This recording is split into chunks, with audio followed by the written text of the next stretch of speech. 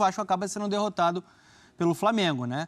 Acho que o que tem mais de disputa hoje dentro do Campeonato Brasileiro é a briga contra o rebaixamento. E nessa rodada, acho que o Bahia saiu como o grande vitorioso ali naquela briga. O Internacional também, claro, indo a 35 pontos. Djalminha, vitória então do Flamengo por 1-0. Jogo muito equilibrado, mas aí depois das mudanças todas, né? E no segundo tempo, quando faltava fôlego para as duas equipes, aí as mudanças fizeram mais sentido para o rubro-negro e assim o Flamengo vence por 1-0 no Maracanã. Lotado. Djalma, boa noite. Atenção, nação. Vamos ver aqui o Sport Center após o jogo Flamengo e Vasco, em que o Mengão ganhou de 1-0 dos rebaixados 8 vezes.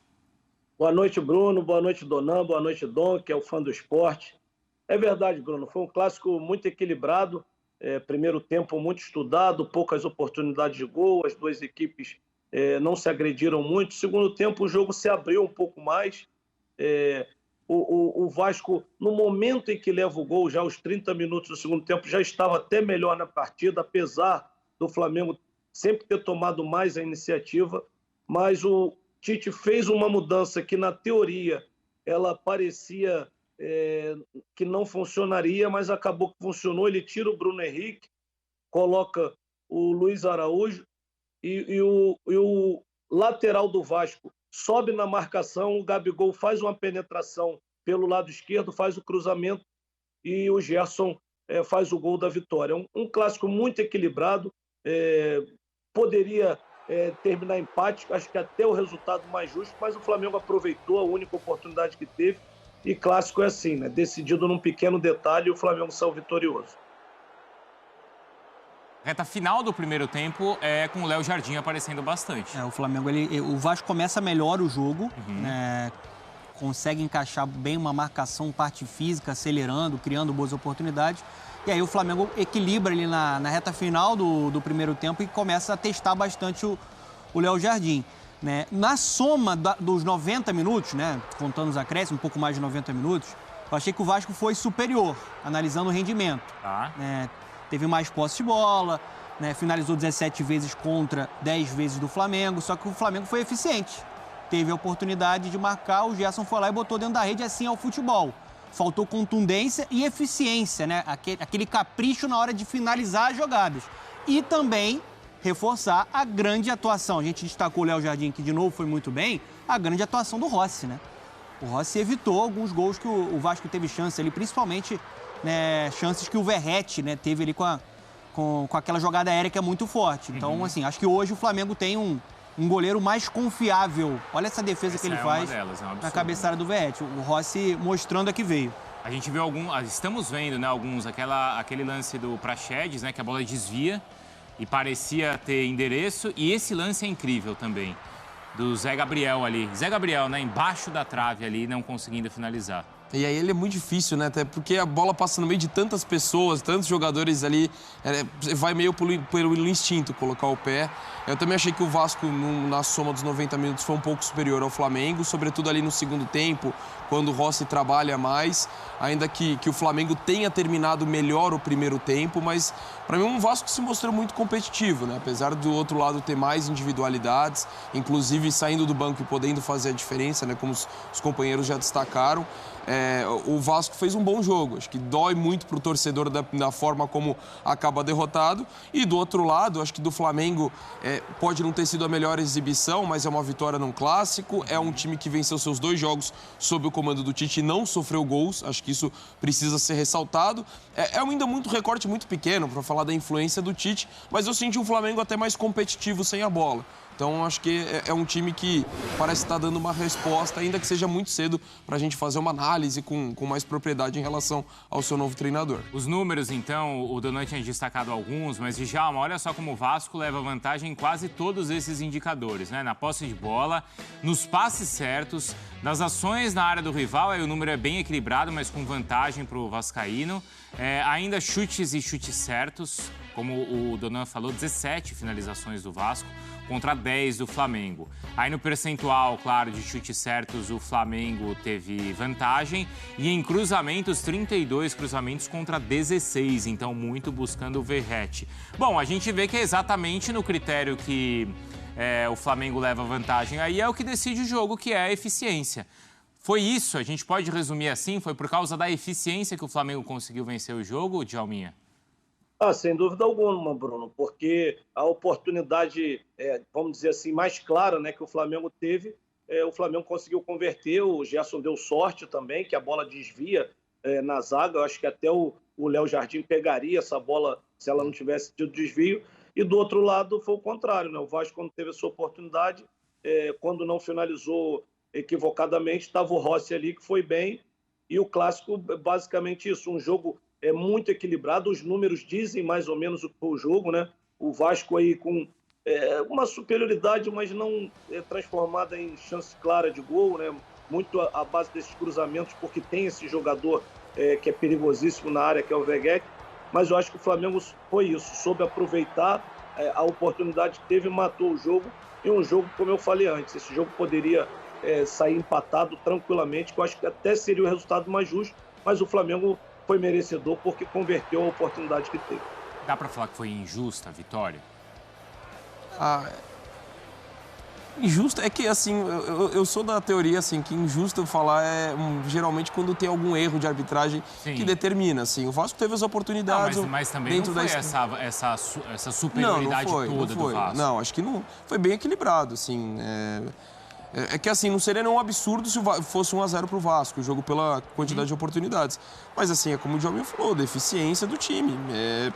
Então, sinceramente, eu não consigo enxergar um placar injusto nesse 1-0, apesar de ser muito doloroso pro torcedor do Vasco, porque ele tinha elementos para ver dentro da atuação, da questão coletiva, como o time foi equilibrado, poderia ter saído com algo melhor. Assim, falar em injustiça é complicado porque o Flamengo foi eficiente, teve a qualidade do Gerson ali chegando, né, a qualidade do Gabigol para pegar esse tapa na frente, é uma característica dele, né, para atacar as costas da defesa. E teve essa oportunidade voltando dentro da rede. Assim é o futebol, assim é o jogo. O que dá para o torcedor do Vasco enxergar dentro de campo é um time organizado, time estruturado, um time que evoluiu. Óbvio que na situação do Vasco, que está na zona do rebaixamento, o time precisa pontuar. Jogar bem vai deixar o Vasco mais próximo de vitórias, como, por exemplo, vencer o Fortaleza no meio de semana com mérito.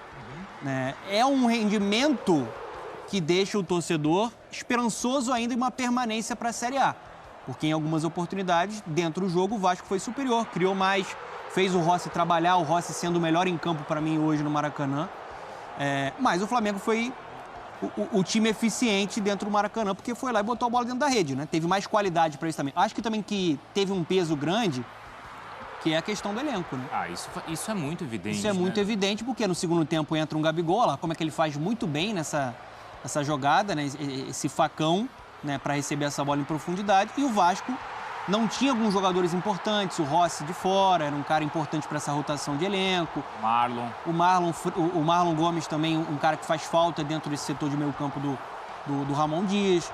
O Cebolinha veio do banco de reservas. As três primeiras mudanças são o Gabigol, o Luiz Araújo e o Cebolinha. E tem o Everton Ribeiro também. Isso, e ainda entra o Everton Ribeiro. Você tem um peso muito grande que, quando o Tite olha para o banco, ele tem mais qualidade para rodar. E tem mais qualidade para definir jogos. Essa eficiência também tem uma relação com a qualidade do elenco do Flamengo. Então, mas vocês esperavam que o Flamengo vencesse com mais tranquilidade o jogo? Eu tinha expectativa de um Flamengo favorito, ainda mais depois da chegada do Tite. Já dá para ver um impacto, dá para ver um time mais bem distribuído, mais organizado, mais competitivo sem a bola. Acho que essa postura modificou. A gente viu um Flamengo muito passivo anteriormente. E a gente vê também algumas mexidas dele, né? De posicionamento, puxando o Gerson para o lado direito. Ele faz até o gol pelo lado esquerdo. Mas no Mineirão, né, o Flamengo não tinha começado bem, por exemplo, contra o Cruzeiro, com o Gerson ali pelo lado esquerdo. Ele puxa para a direita, o Everton Ribeiro vindo por dentro e o Flamengo começa a ganhar um pouco mais de corpo. Então, hoje, o Flamengo era favorito antes do confronto, mas eu já esperava um jogo muito equilibrado por tudo que o Vasco tem jogado. O Vasco tem uma campanha de parte... Por um mérito do Vasco. Porque evoluiu muito com o Ramon Dias e com os reforços, né? A campanha de retorno do Vasco é uma campanha de parte de cima da tabela e eu acho que a gente viu isso dentro de campo. Faz uma comparação de como foi no primeiro turno aquele 4-1 do Flamengo, né, em cima do Vasco, e como foi o jogo de hoje. O Vasco evoluiu muito desde então. A gente está falando de alguns meses. Mas é uma equipe que, mesmo com resultado negativo, mostrou hoje a organização e mostrou que tem condições, sim, de permanecer na Série A. Ô, Djalminha, jogando da maneira que jogou hoje, você acha que o Vasco ele não vai cair? Ele mostrou hoje, apesar de ter entrado na zona do rebaixamento, certo, nessa rodada, apesar disso, o torcedor ele tem uma perspectiva boa, apesar da tabela não dizer isso? Ô, Bruno, garantir que se o Vasco vai cair ou não é muito difícil, mas assim, o jogo em si, eu já esperava esse equilíbrio, porque o Ramon Dias vem resumindo e vem falando todos os jogos muito bem. Essa equipe do Vasco hoje, ela compete com qualquer equipe do brasileiro de igual para igual. Ela faz um jogo igual, ela consegue isso. É uma equipe forte fisicamente, competitiva, e que se tiver um momento, uma sorte na finalização, finalizar melhor, ela consegue vencer. Já teve exemplos disso, de fazer um jogo de igual para igual contra o Palmeiras, mesmo não conseguindo o resultado, um jogo hoje de igual para igual contra o Flamengo.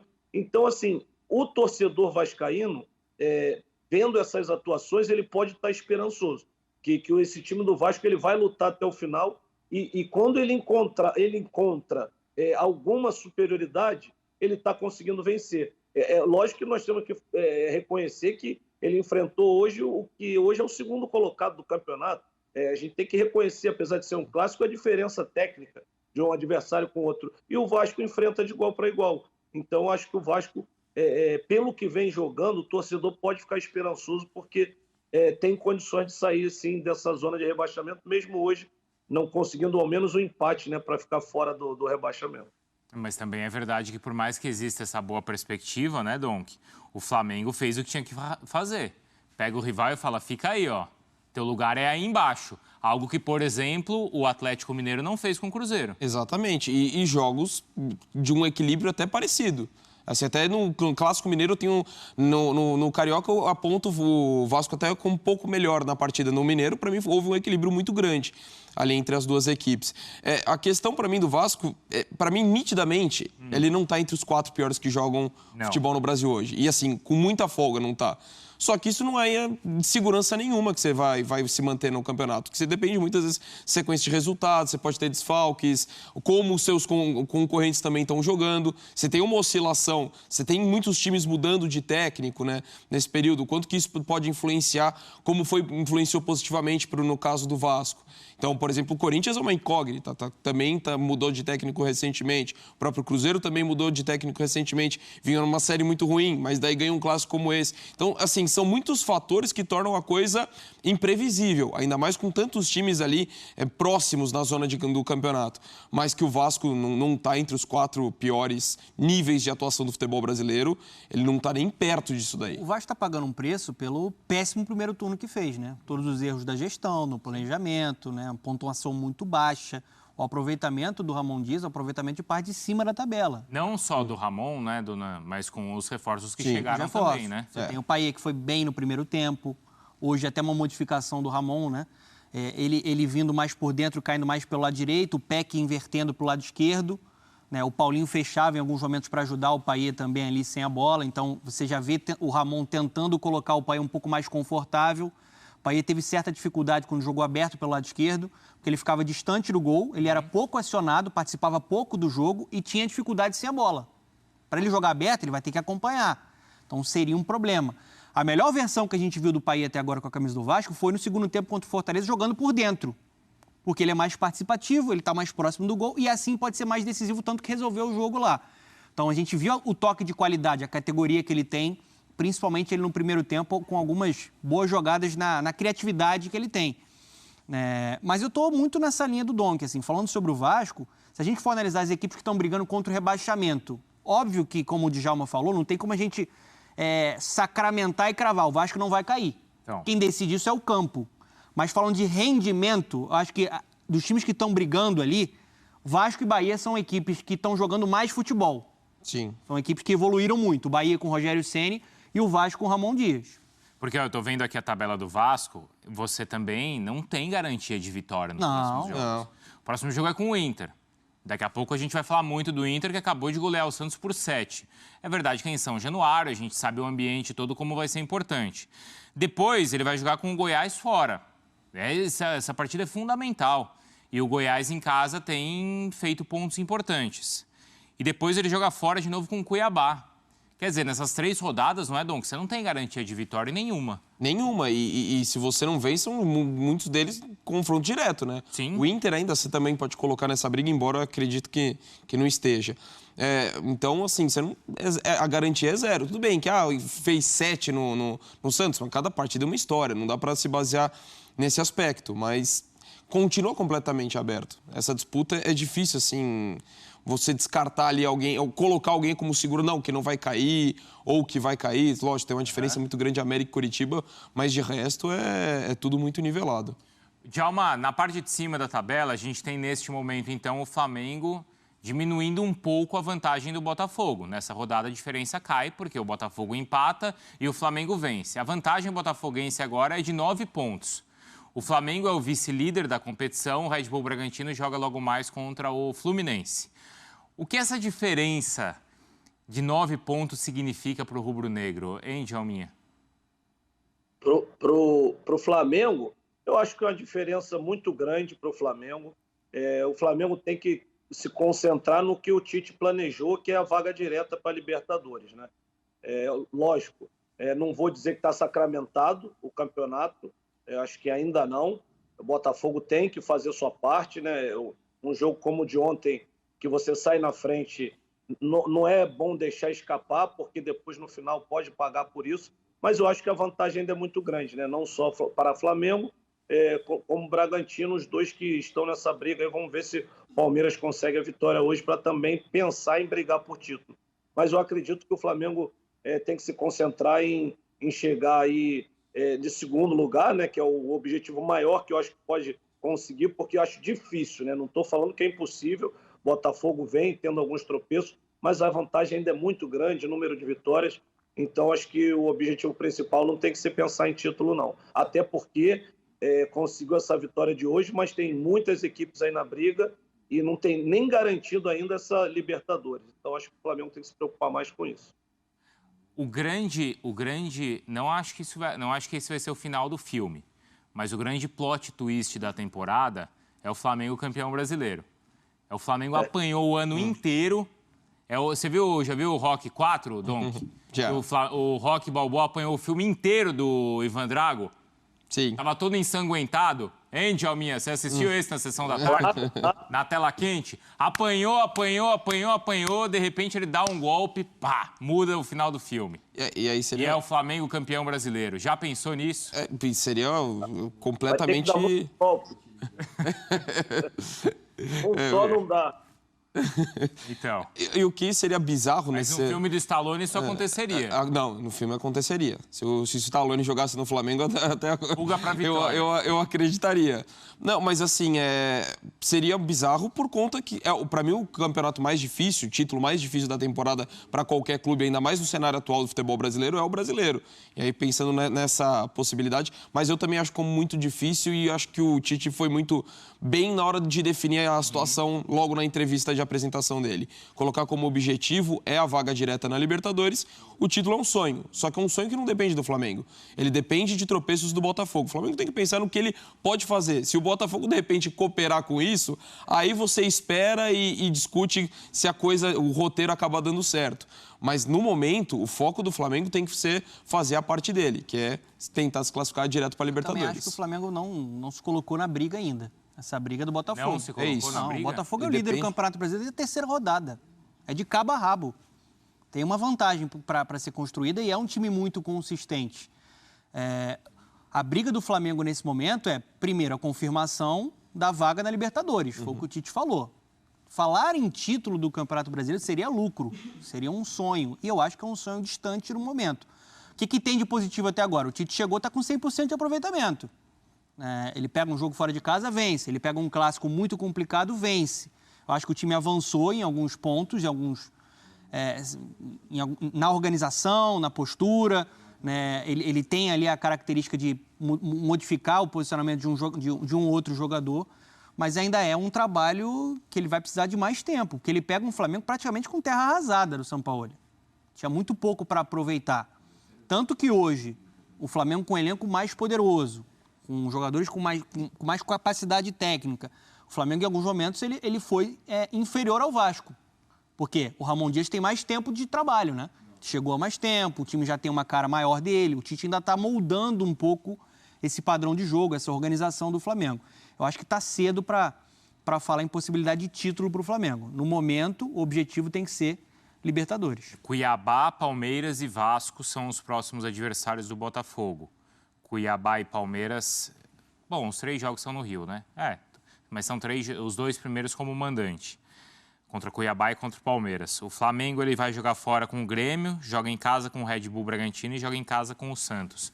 Não é uma tabela assim que olhando você fala o Flamengo nas próximas rodadas vai diminuir a vantagem. É complicado você imaginar esse cenário. Enfim, ainda acho que mesmo projetando com as rodadas, possíveis tropeços, e o Campeonato Brasileiro tem muito nivelamento de uma forma geral que você consegue, dependendo do que você quer enxergar, você consegue enxergar. Mas ainda é muito cedo para falar esse tipo de coisa. Para mim, eu também trato o título do Flamengo na linha que o Tite falou. É um sonho que para mim não depende dele, ele tem que focar no que ele tem que fazer nesse momento. Que é muito mais, até pensando, além do objetivo mais palpável, que é a questão da classificação para a Libertadores, é começar a montar esse time pensando nas coisas que ele vai disputar em 2024. E eu tenho certeza que ele vai disputar por todas as competições. E em cima disso tem a renovação do Bruno Henrique, que a gente vai falar já, tá? Também mais informações lá direto do Maracanã com o Pedro Henrique Torre. A gente tem alguns números dessas 2 primeiras partidas do Tite, à frente do Flamengo. Eu quero saber de vocês, então a gente vai ver os números, o que o Data ESPN apurou e eu quero que vocês avaliem, tá? Mais seguro e mais eficiente as finalizações, então, nos jogos do Flamengo nessas 2 partidas contra Cruzeiro e contra Vasco. Então, chutes do Flamengo, 19. Dos adversários, 29. Chutes certos do Flamengo, 7. Dos adversários, 12. Grandes chances, aí foram 4 do Flamengo contra 3 dos adversários. Gols esperados, então o Flamengo criou muito mais. A gente está vendo 2,3, né? E o Flamengo fez 3 gols. A gente está vendo. E o Flamengo não sofreu nenhum gol e também os adversários ali na nossa perspectiva de apenas uma grande chance criada, ou pelo menos apenas um gol esperado, e isso não aconteceu. Djalminha, em 2 jogos, já dá pra gente avaliar algo, então, do Flamengo do Tite ou ainda não? Eu acho que dá para avaliar principalmente uma coisa que o Tite faz muito bem, que é dar uma solidez defensiva, apesar, né, que essa solidez defensiva ela tá transmitida no sentido que o Flamengo não levou nenhum gol, mas foi bastante atacado, né? Hoje o Vasco teve várias vezes ali perto do gol, o Cruzeiro rondou, mas por muita incompetência dos seus atacantes não conseguiu fazer gol, mas eu acho que essa solidez defensiva ela já começa a ser notada em uma equipe mais segura, né? Eu acho que uma equipe sem se arriscar muito, o Flamengo conseguiu os 2 resultados sendo construído gradativamente. O Flamengo não pressionou, o Flamengo não ficou em cima do adversário, o Flamengo foi construindo. Eu acho que isso que modificou. É uma equipe aparentemente mais consistente defensivamente, mas que continuo falando.